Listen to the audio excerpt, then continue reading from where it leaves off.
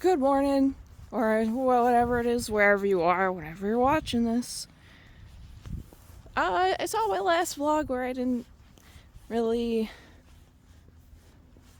talk about depressing stuff. Didn't do very well, so I'll get back to blabbing about, I guess, my mental health. To go back to the theme in my first vlog where I said that I'm trying out learning all of the stereotypical coping mechanisms that they tell you to do, and just do this and you start to feel better. And I always feel like when I see those recommendations that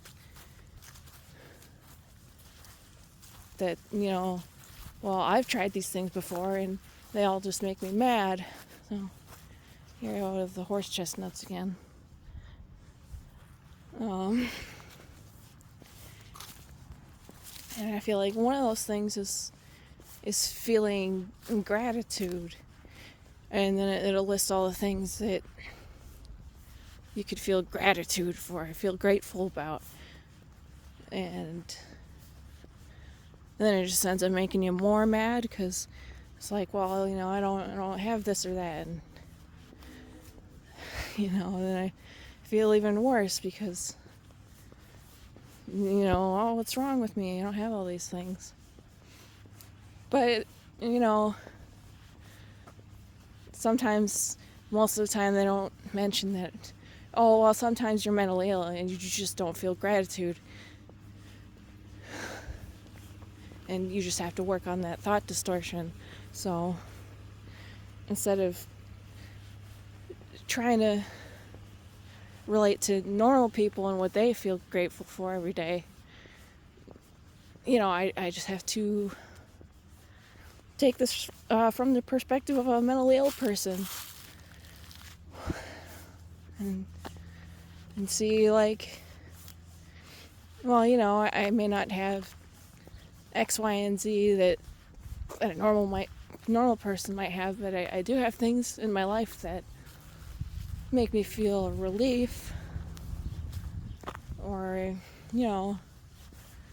but I don't feel happy when I think about that, because it's like, even though it's like I have a sleep addiction or a pop addiction, you look at that and you laugh and say, oh, that's nothing, there's people with real problems in the world. But at the same time, look at that, nice and sunny, beautiful day. But at the same time, even if it's something as simple as drinking a can of pop,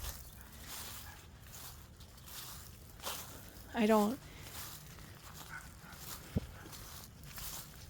know why, I just don't feel grateful for it, but I feel like it's a dependence, or like it's,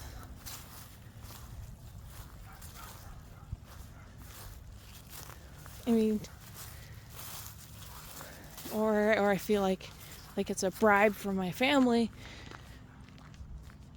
because I also don't have a great relationship with my family at times. So I feel like instead of investing that money into me, they're just buying pop and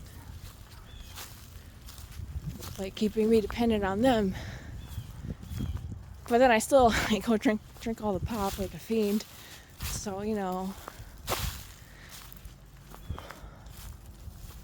but then they say, well, be mindful. And it's just like, I wish I could get advice from someone who's mindful of me in my life, right? But I suppose at the end of the day, the only person that's going to be is me. At least not for a while, not until I get better. It's the same with sleep, where I don't think at the end of the day, like, wow, I had such a nice time sleeping. I feel like I'm trapped in my bedroom,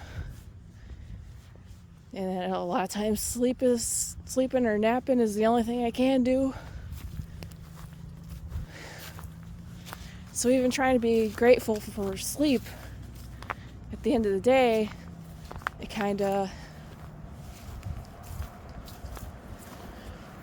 just, see those birdies? Oh, I don't know, maybe they flew away when they saw me.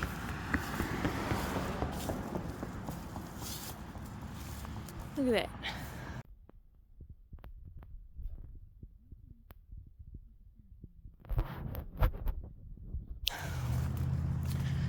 So yeah, I don't, at the end of the day, it's a struggle for me to feel grateful for sleeping, because it feels like that's all I'm allowed to do. And again, I realize that there are people out there who have it worse, that they're trying to sleep outdoors in this or whatever, and I have a whole bedroom. And again, that's the thought distortions. It's again, because a major frustration with this is just that a lot of these coping techniques were fundamentally not designed around someone with mental illness. So growing up with all the thought distortions and stuff going completely unchallenged,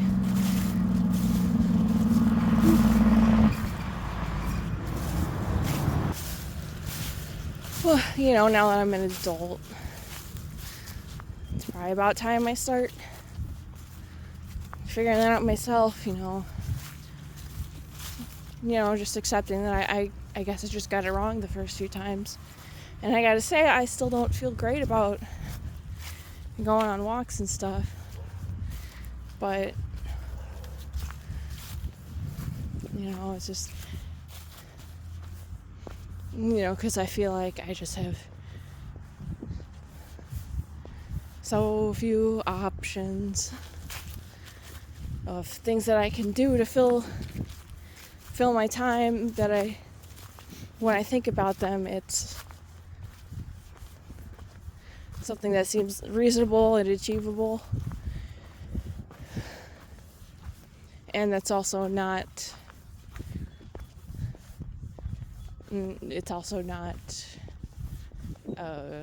sort of, it's not interacting in any way with people, thoughts of people that I don't necessarily like to think about. Unlike sleeping or eating, which I am completely not really in control of it all.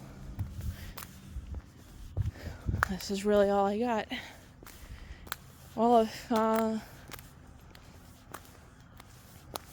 even though it makes my legs hurt, it makes my fingers cold, like they're gonna freeze off. Whatever. At least I'm able to do it.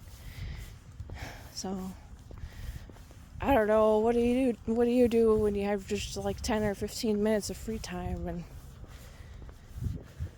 not a whole lot of money? Because I sure don't.